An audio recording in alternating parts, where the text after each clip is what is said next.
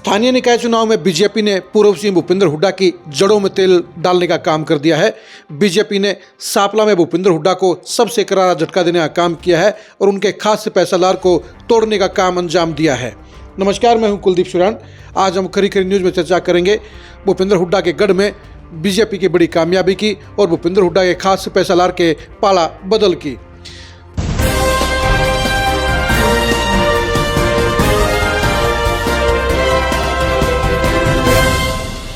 जिन 7 शहरों के अंदर स्थानीय निकाय चुनाव हो रहे हैं उनमें पूर्व सीएम भूपेंद्र हुड्डा की कंस्टिट्यूंसी का शहर सांपला भी शामिल है। सांपला में नगर पालिका का चुनाव हो रहा है। कांग्रेस सिंबल पर चुनाव नहीं लड़ रही है, लेकिन बीजेपी सिंबल पर चुनाव लड़ रही है। 2020 के चुनाव में सांपला में भूपेंद्र हुड्डा समर्थक पूजा ने बड़े मार्जिन के साथ चुनाव जीता था, लेकिन इस बार बीजेपी ने सांपला में तकड़ी घेराबंदी कर ली है और उन्होंने जिस नेता को प्रत्याशी बनाया है वो सांपला जोन के अंदर भूपेंद्र हुड्डा के सबसे मजबूत सिपाही सालार कहे जाते हैं। हम बात कर रहे हैं परवीन कोच की। जी हाँ, परवीन कोच ने पाला बदल लिया है और वो अब बीजेपी में शामिल हो गए हैं और बीजेपी ने उन्हें सांपला नगर पालिका के लिए चेयरमैन पद का प्रत्याशी घोषित कर दिया है। परवीन कोच का प्रत्याशी बनना जहां भूपेंद्र हुड्डा फैमिली के लिए जबरदस्त झटका कहा जाएगा, वहीं बीजेपी को मोटा फायदा कहा जाएगा। देवेंद्र कोच, जोगिंदर कोच और प्रवीण कोच तीनों भाइयों का इलाके में बड़ा नाम है। दिवंगत देवेंद्र कोच इलाके के साथ साथ एमडीयू के भी बड़े छात्र नेताओं में गिने जाते रहे हैं। उनका आज भी इलाके में बड़े सम्मान के साथ नाम लिया जाता है। बीच के भाई जोगिंदर कोच भी इलाके में बड़ा सामाजिक रसूख रखते हैं। वो भी जिला परिषद के मेंबर रह चुके हैं और ऐसे में तीसरे भाई प्रवीण कोच भी सांपला नगर पालिका के पहले चेयरमैन रह चुके हैं। प्रवीण कोच के ऊपर दांव लगाकर बीजेपी ने दोहरा फायदा लेने का काम किया है। पहला इफेक्ट ये गया है कि भूपेंद्र हुड्डा को बड़ा नुकसान हो गया है। अब हुड्डा फैमिली के लिए अपने चहेते प्रत्याशी को नगर पालिका का चेयरमैन बनाना आसान नहीं होगा, बेहद मुश्किल होगा। यह भी कह सकते हैं कि सांपला में पहली बार बीजेपी का परचम फहरा सकता है। बीजेपी नगर पालिका का चेयरमैन चुनाव जीत सकती है।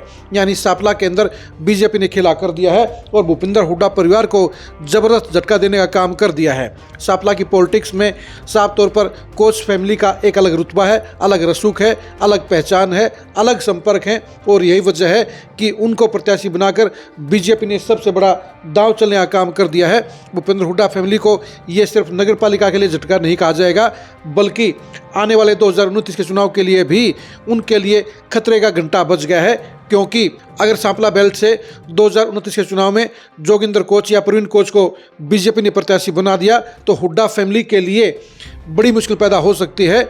2019 के लोकसभा चुनाव में दीपेंद्र हुड्डा को सांपला बेल्ट में हार मिली थी और यही वजह है कि अब नगर पालिका चुनाव से एक बार फिर से 2029 का ट्रेलर जारी होता नजर आ रहा है। यानी भूपेंद्र हुड्डा फैमिली के लिए एक बुरे वक्त की शुरुआत की जा सकती है, क्योंकि प्रवीण कोच और जोगिंदर कोच का बीजेपी के साथ जुड़ना साफ तौर पर जहां भूपेंद्र हुड्डा के लिए बड़ा झटका कहा जाएगा, वहीं बीजेपी के लिए एक बड़ी सफलता कही जाएगी।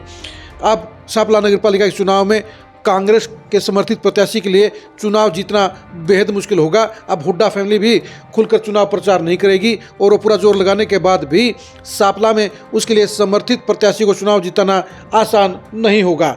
आप प्रवीण कोच और जोगिंदर कोच के इस पाला बदल के बारे में क्या सोचते हैं, कमेंट करके जरूर बताइए।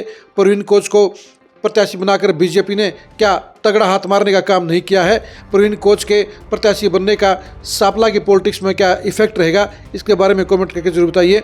भूपेंद्र हुड्डा के ऊपर पड़ने वाले इफेक्ट को जानने के लिए आप लगातार खरी खरी न्यूज़ के साथ बने रहिए। आप हमारे फेसबुक पेज को फॉलो कीजिए, आप हमारे यूट्यूब चैनल को सब्सक्राइब कीजिए। नमस्कार।